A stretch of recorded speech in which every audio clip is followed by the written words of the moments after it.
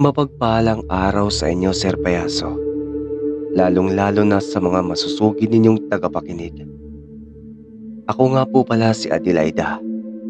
May ibabahagi lang ako ng kwentong karanasan sa aking amo.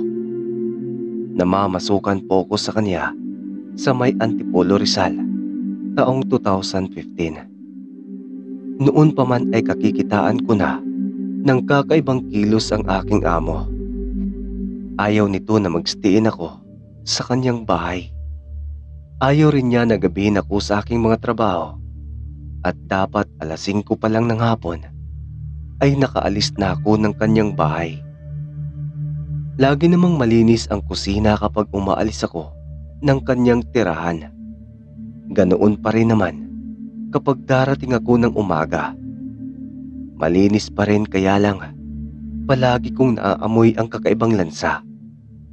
Todo linis na naman ako at kung ano-ano ang ibinubuhos ko sa lababo, sa lamesa, sa sahig. Maalis lang ang nakakasukang amoy at magiging normal na naman kaagad ang samyo sa buong kusina. Ngunit kinabukasan ganoon na naman ang amoy. Pero nitong taong 2020, dahil sa paglaganap ng nakakahawang COVID at nadiskubre ang bakuna para sa virus na ito, kaya magkasama kami ng aking butihing amo na pumila para magpabakuna. Nauna akong naturukan at kasunod siya. Wala naman kaming nararamdaman na kakaiba, maliban na lang sa pangangalay sa iba't ibang parte ng aming katawan. Ngunit makalipas ang isang araw, ay bigla na lang nilagnat ng sobrang taas ang aking amo.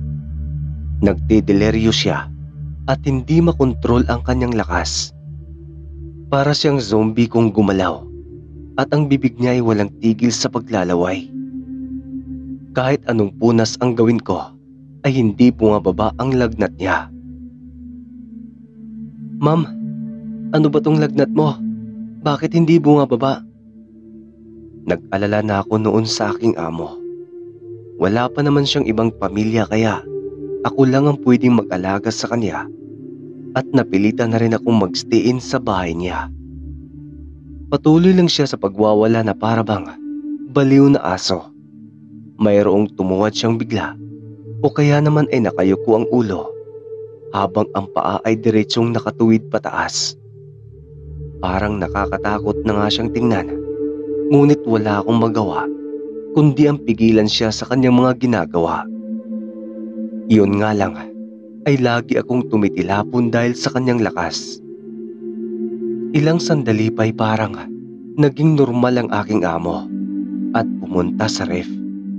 Kinuha niya mula sa freezer ang mga isda at karning nakastak doon para sana ulamin namin hanggang sa sumunod pang mga araw. Kinuha niya lahat ang supot na may laman at inilatag iyon sa mesa.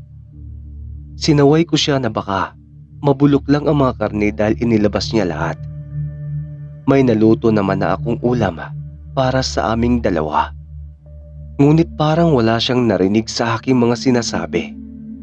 Nagulat na lang ako nang biglang dinampot ng aking amo ang isang supot ng karne at walang pakundangang iyong sinakmal. Bigla pa akong naduwal dahil sa nakitang itsura niya. Tila ang dali lang niyang nanguya at nilagok ang ganoong kalalaki mga hiwa ng karne. Sinunod niya ang isang supot ng isda, mga 2 kilo marahil iyon, at isa-isa rin niyang pinulot at nilamon hanggang sa maubos. Napatulala ako sandali dahil sa kanyang ginawa, at nang makahuma ako ay hinila ko na siya palayo sa mesa kung saan nakalapag pa rin ang ilang supot ng hilaw na karne na kanyang inilabas. Ngunit malakas si Ma'am Claire at hindi ko man lang natinag. At nang mapikon siya kakahila ko, ay bigla niyang kinagat ang aking balikat. Napahiyaw ako sa sobrang sakit, ngunit hindi pa rin siya bumibitaw.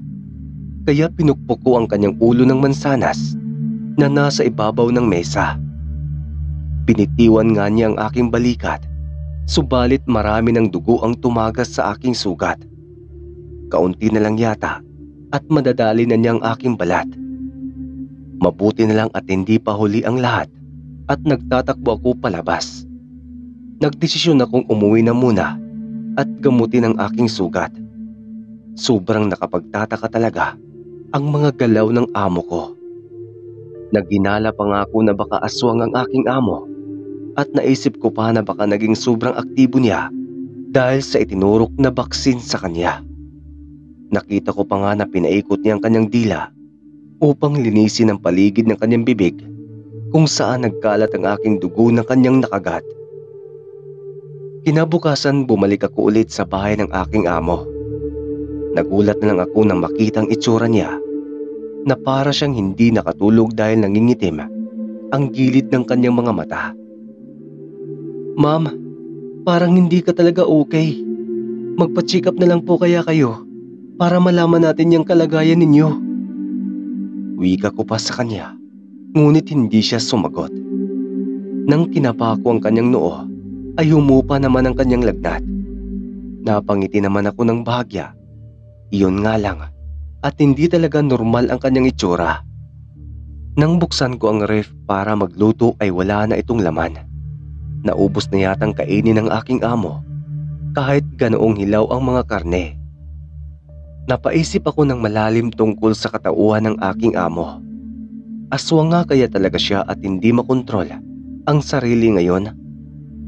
Sa aking malalim na pag-iisip ay naramdaman ko ang mga yapak niya palapit sa akin, kaya napalingon ako sa kanya. Nanigas ako sa sobrang takot nang makitang mukha niyang naglalaway at nanilisik ang mga mata. Tiningnan niya ang aking braso na may bindahe. Nakangisi pa siyang lumapit sa akin, sabay sabing, "Masasarap talaga kapag presko ang karne." Kinilabutan ako ng titigan pa rin ng aking amo ang aking braso.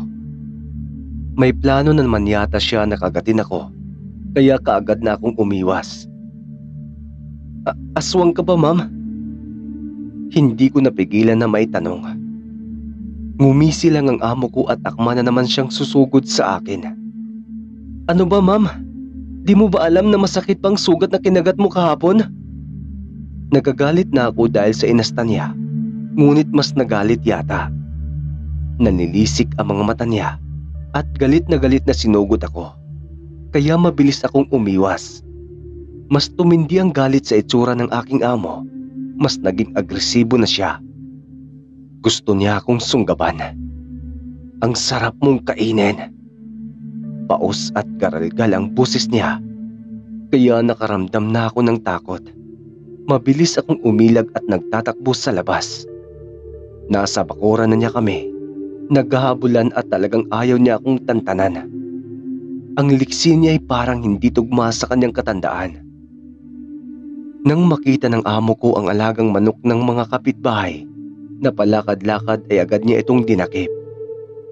Dahil maliksi ang amo ko, ay mabilis niyang nahawakan ng mga paa ng manok. Tinakma kaagad niya at tila walang pakialam sa akin na nakamasid.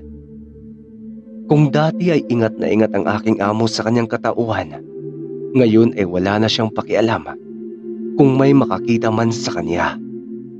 Kitang-kita ko tuloy ang pagsakmal niya sa kawawang manok at pagsipsip niya sa sariwang dugo ng hayop, kaya nangisay ito at namatay.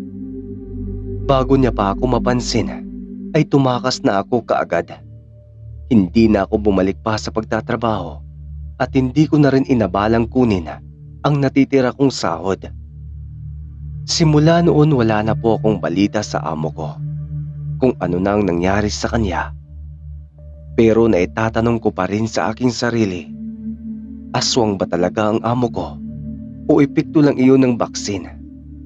Hanggang dito na lang po, Sir Payaso, ang kwentong karanasan ko sa aking amo. Maraming salamat.